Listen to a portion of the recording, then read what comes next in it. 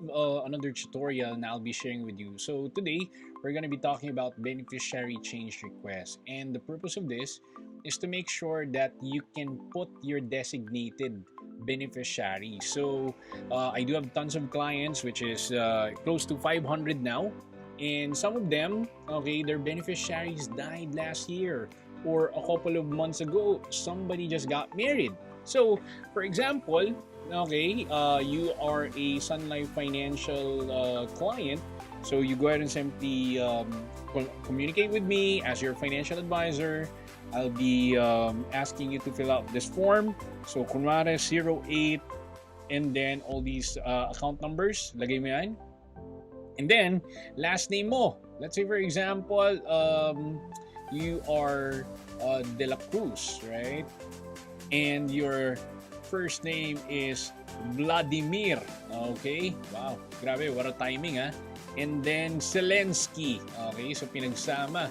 Alright, so ngayon, since you're an individual account, so you need to understand kung sino yung ilalagay natin. Okay? So, are you asking us to add a beneficiary, remove a beneficiary, or change of beneficiary information? Now, the next question that you might be asking is it possible na ilagay ko, okay, lahat ng to? Yes, possible. Alright, so if you're gonna be adding a beneficiary, so proceed to item 2 in 17, then complete the items 21 onwards. Now, kunwari, your beneficiary is actually your husband already. So, wife, let's say for example, kasi si Vladimir, okay, De La Cruz. So, Juana, okay,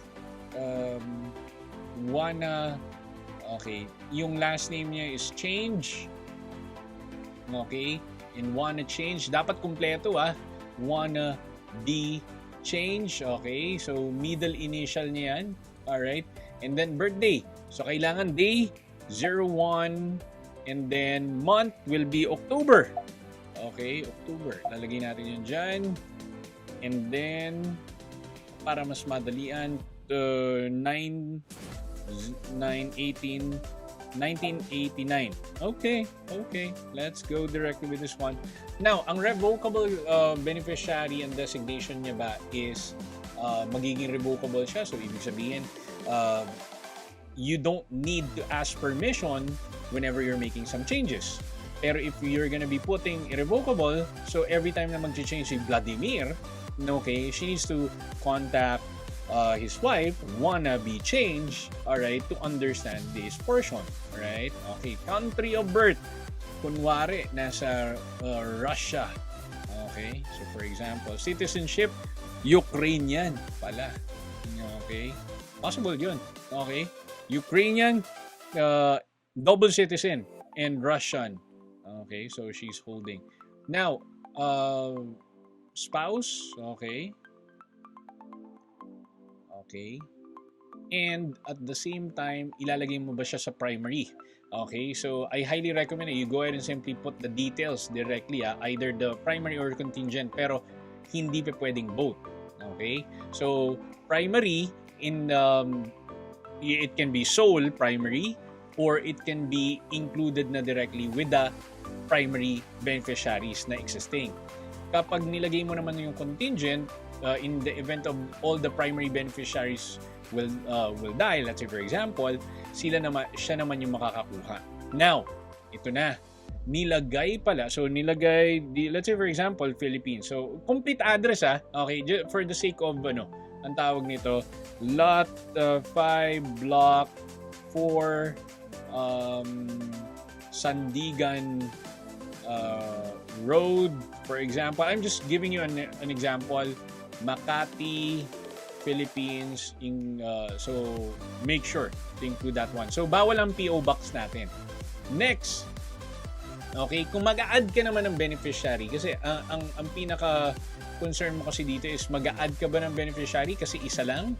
Well, I don't recommend you to put your underage kids sa primary beneficiary. I highly recommend you go ahead and put them directly sa mismong,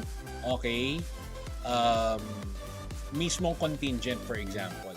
Now, nailagay ni Vladimir, okay, nung nag-apply siya ng life insurance, okay, nung kasi orphan client ko na to eh. So, si Vladimir, nailagay niya pala si Johnson, okay, De La Cruz, okay, 18 years old, 16 years old lang to, and si Luna, okay, De La Cruz, 13 years old.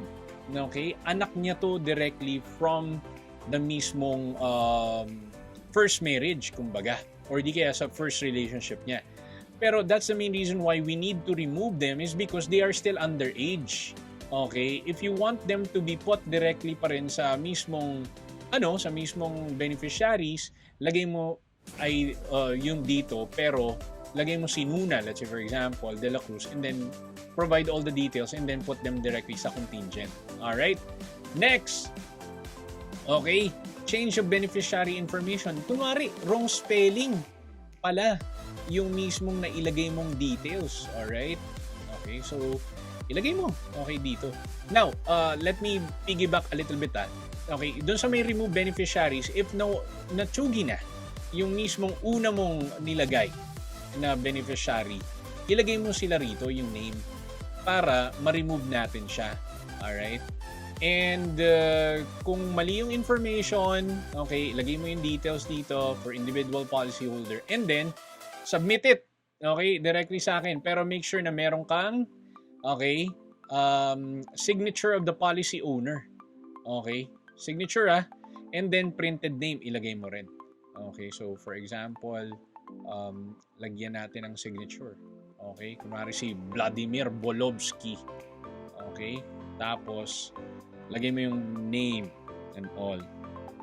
Alright, now signature of witness. After mo kasi ma-sign dan to, kindly take note na I'll be the witness itself. Okay, then place of signing. Pero kung may irrevocable beneficiary ka, kunwari wipe mo, kailangan nakalagay ka rito.